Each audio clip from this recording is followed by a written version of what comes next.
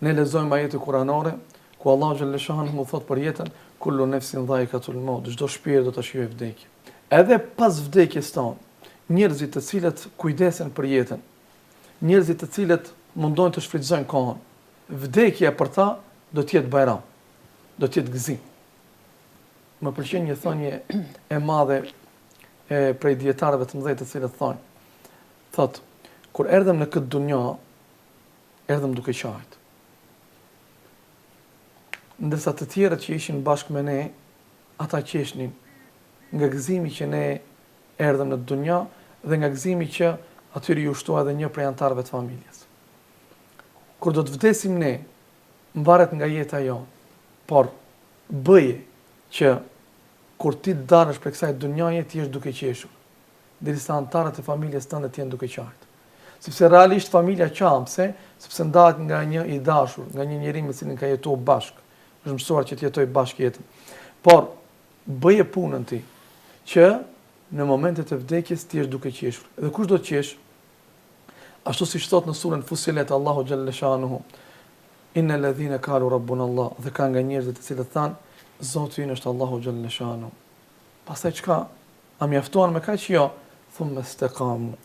I vendosën istikamet, që ishin të qëndrueshëm në këtë fjalë, dhe qëndrueshmërinë e tyre në këtë fjalë Zoti ynë është Allahu e bën duke qenë të saktë në çdo adhurim që Allahu ka urdhëruar dhe duke u larguar nga çdo punë që Allahu ka ndaluar. Çka ndodh me këta? Tatanazzalu alejhimul malaike. Thot Allahu xhallahu shanuhu, këtyre njerëzve në momentin e vdekjes ju vin engjëj, melaqe, të saktuar nga Allahu xhallahu shanu, që të vdekurit i thonë dy fjalë: alla takhafu wala tahzanu. Imagjino në shtratin e vdekjes, duke u ballafaquar me dhimbjet e vdekjes, duke përjetuar dhimbje të mëdha të vdekjes, duke u mërzit për antarët e familjes që ishe duke qajt, ti nuk ke mundësi të përgjigjesh atyre, e din do me thënë se nuk ka shërim dhe nuk ka ngritje nga shtrati në cilin ke rënë, imagjino çfarë mërzie. Po që se jeton me këtë, vërtet kjo është emocionuese.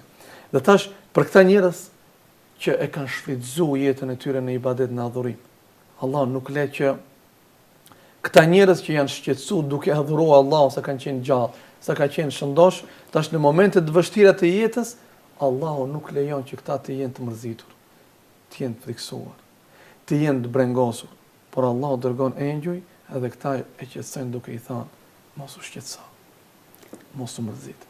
Dhe kita është ballafaqohet me argumentet e Allahut xhallahu shanu, pse mos më mërzit, pse mos më shqetëso, wa abshiru bil jannati allati kuntum tu'adun, sepse ju përgëzojmë juve me xhennetin e Allahut xhallahu shanu. Dilni nga kjo dunjë, por për ju ose juve ju pret parajsa. Ajo që ju është premtuar në këtë dunjë dhe ju e keni besuar sigurisht me seriozitet këtë, dhe juve ju pret tash xheneti Allahu xhallahu shanu.